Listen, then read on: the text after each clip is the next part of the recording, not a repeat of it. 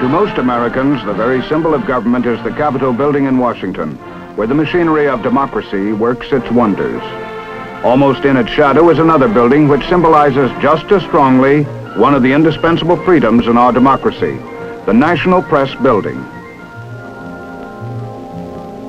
It is no accident of history that the American people are the best informed in the world. From the very beginning of the American experiment, it has been recognized that only with a free and unshackled press can democracy survive.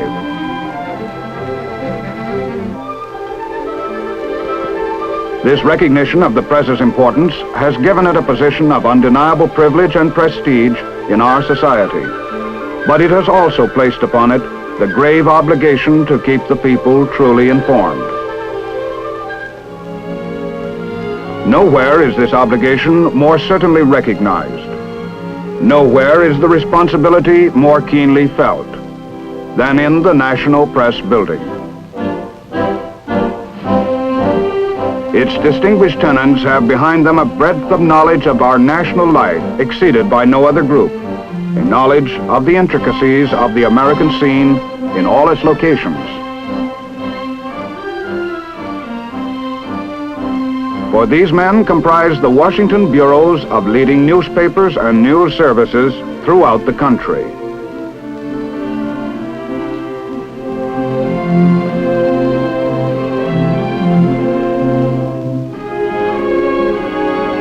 And for their readers in all parts of the nation, they record day-by-day history as it is made at the seat of government.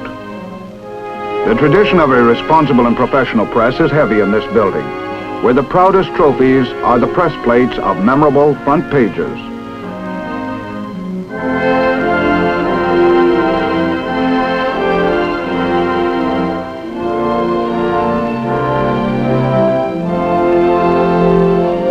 The men of the Washington Press Corps are among the finest their profession can produce. Most of them in their careers have chronicled the political contests, the social upheavals, and the wars which have formed the story of our time. One of the most respected members of the Washington Press Club is its president, Mr. William Lawrence of the New York Times Washington Bureau. He is here shown introducing General Maxwell D. Taylor to the National Press Club on the occasion of General Taylor's retirement as Chief of Staff of the United States Army.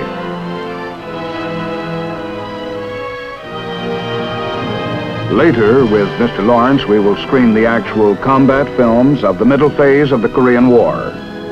Bill Lawrence's daily job of reporting brings him into constant contact with the men and events who make headlines. He is exceptionally qualified in the field of newspaper reporting. In his 18 years with the New York Times, Bill Lawrence has covered some very significant stories. During World War II, he was for a while chief of the Times Bureau in Moscow, and then he reported on the war from Okinawa. He flew with B-29s over Tokyo and other Japanese cities. And after World War II, he covered the Civil War in Greece. And then, with many other illustrious reporters, he saw and reported the war in Korea. Today, we're fortunate to have Bill Lawrence with us to look into a particular phase of that war. Good to see you, Bill. Nice to see you, Stu. You know, I was very fortunate recently on a big picture to have one of your colleagues, Jim Lucas of Script Howard. Yeah, I got a chance to see that one, Stu, and as I remember it, Jim picked up the war at about the beginning in June and carried it up to the defense of the Pusan perimeter. That's right.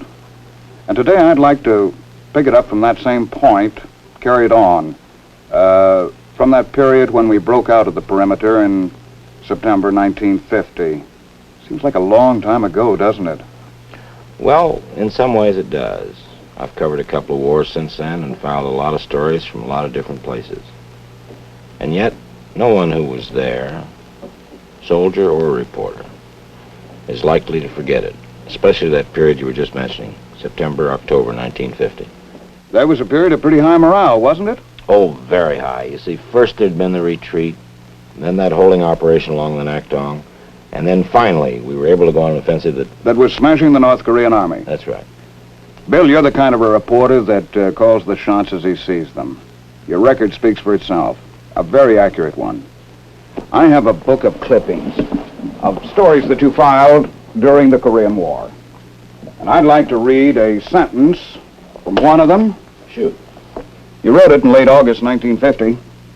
There is a sense of optimism in American circles that certainly could not have been detected 2 weeks ago. What prompted you to write that? Well, let's recap a little bit. Swiftly, treacherously, without warning, the North Korean Army had smashed across the 38th parallel in late June. They fully expected they'd be able to drive all the way down the peninsula before anybody could or would come to the aid of the South Koreans. But fortunately, the United Nations were able to act swiftly. They branded this an act of aggression, and this authorized other nations to come to the aid of the South Korean Army. Now, the first available troops were those U.S. occupation forces stationed in Japan. Just 3 divisions. Badly equipped and under strength. And the North Koreans were strong and well-equipped.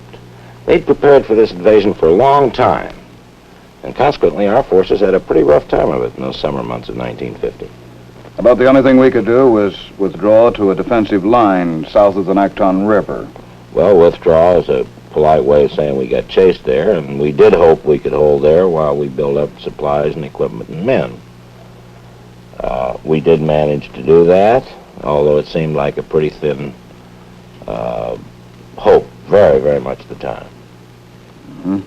But it did break up the enemy's plan for a quick push all the way down the peninsula. Well, they just couldn't get through, as I said.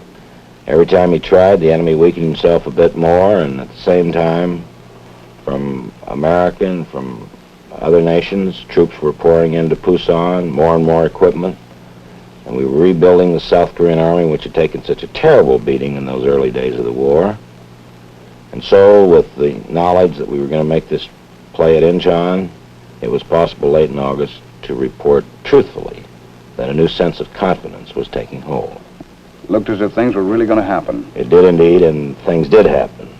More swiftly and on a grander scale than anybody could have dreamed the day I wrote that story.